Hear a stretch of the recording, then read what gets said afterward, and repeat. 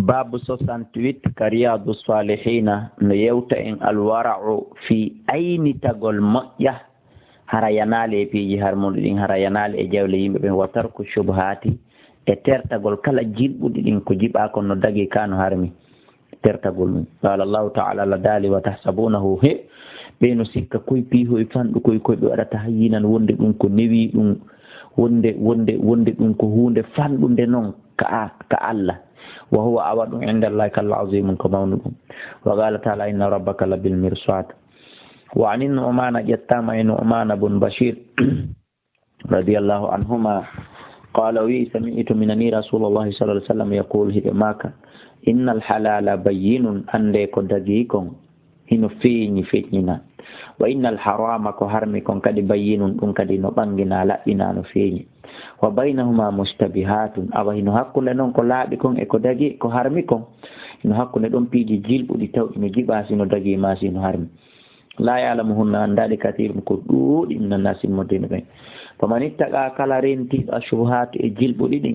استبرا أرأي ودندي لديني دينا مكان وعيرضه يتدون المكان ومن وقع كلا ينبو في الشبهات يجيب وقع في الحرام أرأي ينيكو هرمكم كالراعي مثال مكو نوي وأين ويرعى من أين حول الحمى تقو نجس غطو تقو زاردن غطو يوشك ورأي نباتي أن يرفع فيه أن يرتع nde yanata fihi e nder jardin o yahon ka yo ƴettu wuro makko ngon o yiwa takko ɗon o yaha ka woƴƴiti o ayna ala faame wa inna li kulli malakin ino woɗani kala lanɗo himan ko wiyete kon e ko o waɗi zone interdit ɗo soppetake ma ɗo darnetake ma ɗo remetake haray mo waɗi zone interdit ala faame wa inna himallah ande no zone interdit allah on kadi ma harimahu ko piiji ɗi o harmini ɗi ala faame wa innal jasad ande ko wiyete ko non gañanadi e mudghatan ɗum ko huyre ida salahat si tawi woni ɗum ɗon selli ala faame wa inna fil jasadi ande hino e nder ɓandu ndun hino e nder ɓandu neɗɗo on mudghatan huyre ida salat si nden huyre ɗon selli moƴƴi salahal jasadu kulluhu ɓandu ndun fof sellay moƴƴa feewa wa ida fasadat si nden huyre ɗon boni fasadal jasadu kulluhu ɓandu neɗɗon fof muɗum bonay ala faame waya kon ɗum wonata nden huyre alqalbu ko ɓernde nden moƴƴinen ɓerɗe men ɗen moƴƴinen anniyeji men ɗin yo Allah moƴƴinan en ɓerɗe men ɗen muttafaqun alayh warawayahu kamɓe ɗiɗo ɓe fillike kadi o hadise min turuqi immorde e laawi bi alfasin konnguɗi mota e ɗaribatin ɓattodirɗi وعن أنس يتم أنس رضي الله عنه أن النبي صلى الله عليه وسلم وجد وتون تمرة تمرور في الطريق نوالي كلاول فقال بماك لو أني تين هرنا من أخاف من هلنو أن تكون في تندي تمرور لات من الصدقة كجيان دي صدقة لأكلتها من يتين من ياما متفق عليه بريف جبوين وي حديث ونفوري جبوي go andin golle motawi ñamete hino yani waali taw silu o acca ɗon o taw accu yeebo bona yo ƴettu o ñaama donc e anndingol e jaka nelaaɗo kamɓe ɓe ñaamata sadaka e anndingol e jaka sa tikkitike tungo ko daganimani kaako ko har mamma haray ko ya accu ɗon par ce que o anndi kamɓe ne tawno sadaka daganaaki ɓe jooni noon ɓe annda o wallino ɗum siko sadaka o walliniri kaako anniye tun e ko ɗum woni okkugol ko ɗum waɗi si ɓe tirti وعن النواس بن سمعان رضي الله عنه عن النبي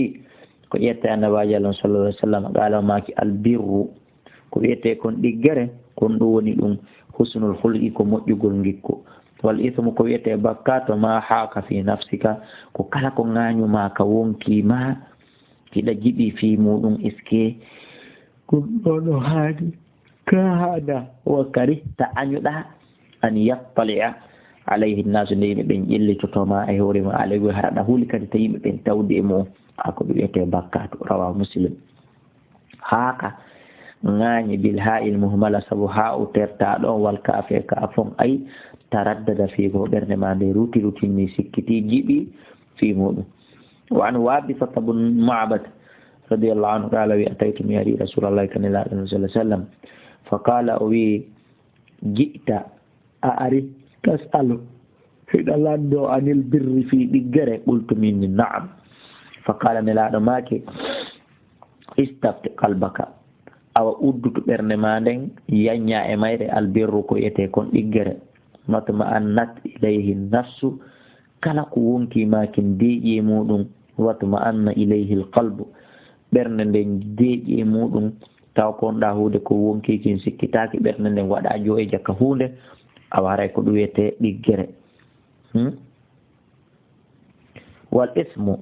ko wiyete bakkatu ma haaka ko kala ko ŋaañi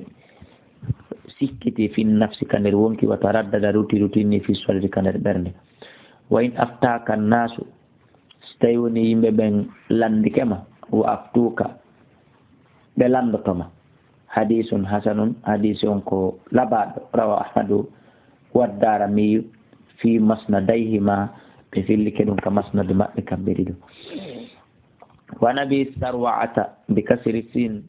sabu ko sin on waɗa kon poccal ley almuhumala tertaɗo mo toɓɓaka wa fatiha mi selli kadi kaw mase dow wiye sarwa'a uqbato wo ko uqba bunil haris radiallahu anhu annawno kanko tazawaja o jombuno ibnatan li abi bun Aziz o jombuno jiwo wi'eteɗo abi ihabi bun Aziz fatatu imra'atun sonnajo go ari tawimo kanko gorko on faqalat sonnajo wi an e ɓeygo ma o inni min qad arda'at mi muynini uqbata wallati e oɗo gadu tazawaja biha mo o jombi mi muynini ɓeɗo ɗiɗo kala faqala laha uqba wiyani sonnajo on ma a'lamu min mi anda annaki no an arda'atani amuyninilan wala akhbar mi anda arda'atani amuyninilan wala akhbartani a humpitallan kadi wonde amuyninilan farakiba waɗɗi direct ila rasulillah o yekkani laaɗo sallallahu alaihi wasallam bil madina fasala o landoyne laaɗo fa qala rasulullah sallallahu alaihi wasallam ne laaɗo allah jaabi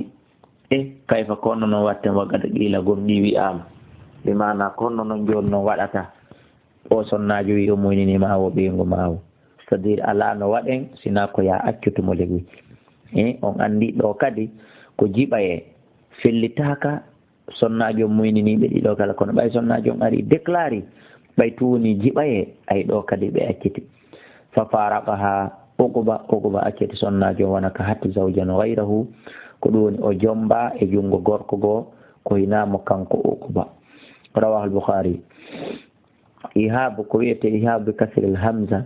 sabu ko hamza on waɗa kon poccal ley wa azizun e aziz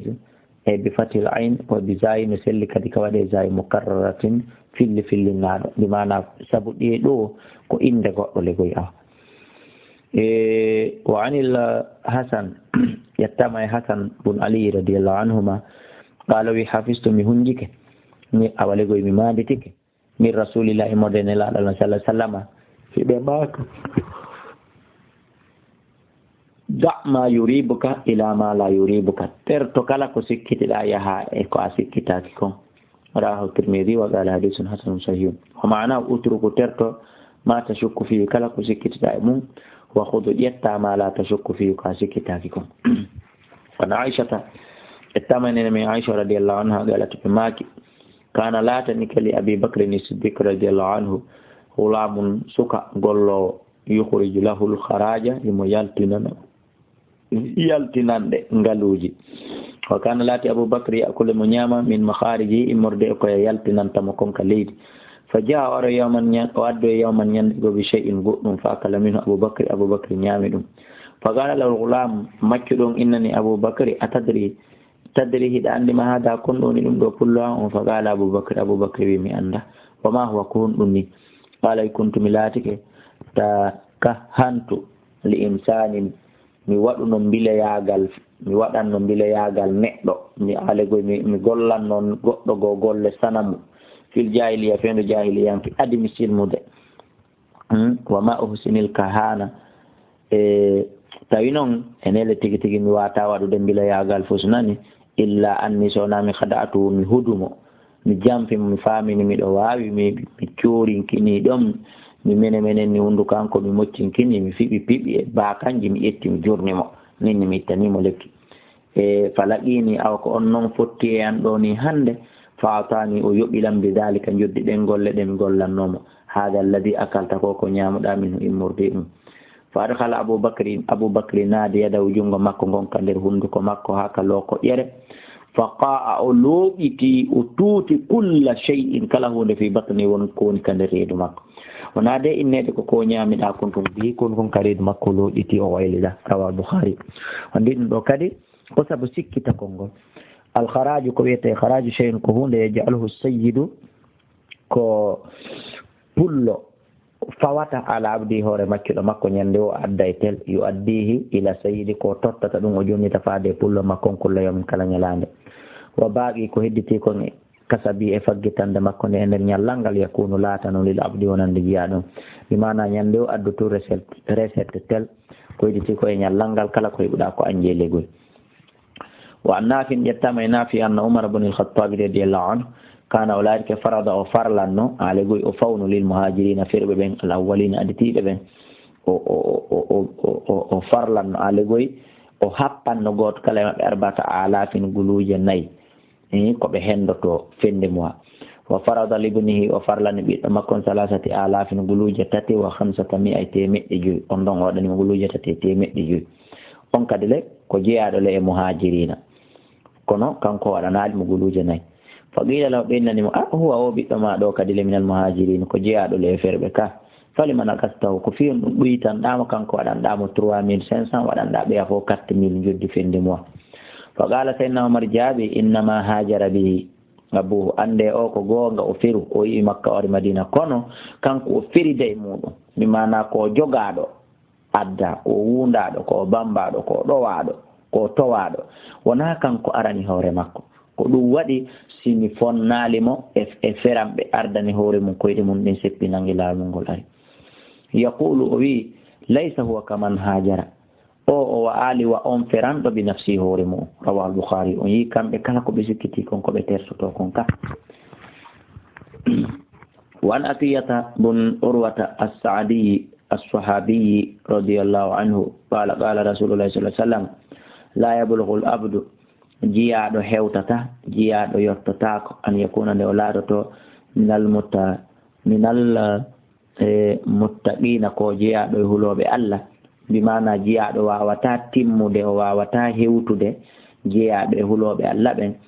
mala hatta yada ha o terto o accita o wallina mala ba'sa bi konko tawata ella ala e mu'um tawata o yamiraka yo huuyo kono so huuyi ella ala e mum o accita ɗum few hadaran ka renagol ka wogidagol mimma bihi ba'sun konko ella woni mum mi mana goɗɗo wawata timmude legoy kulol Allah ha o accita hay piiji ɗi mara ella ɗin fi kulol wota o hawre e marɗi ella ɗin rawahu Tirmidhi wa qala hadithun hasan yalla newinay en gollitirgol kadi ngal ɗo dambugal amin wallahu a'la wa a'lam.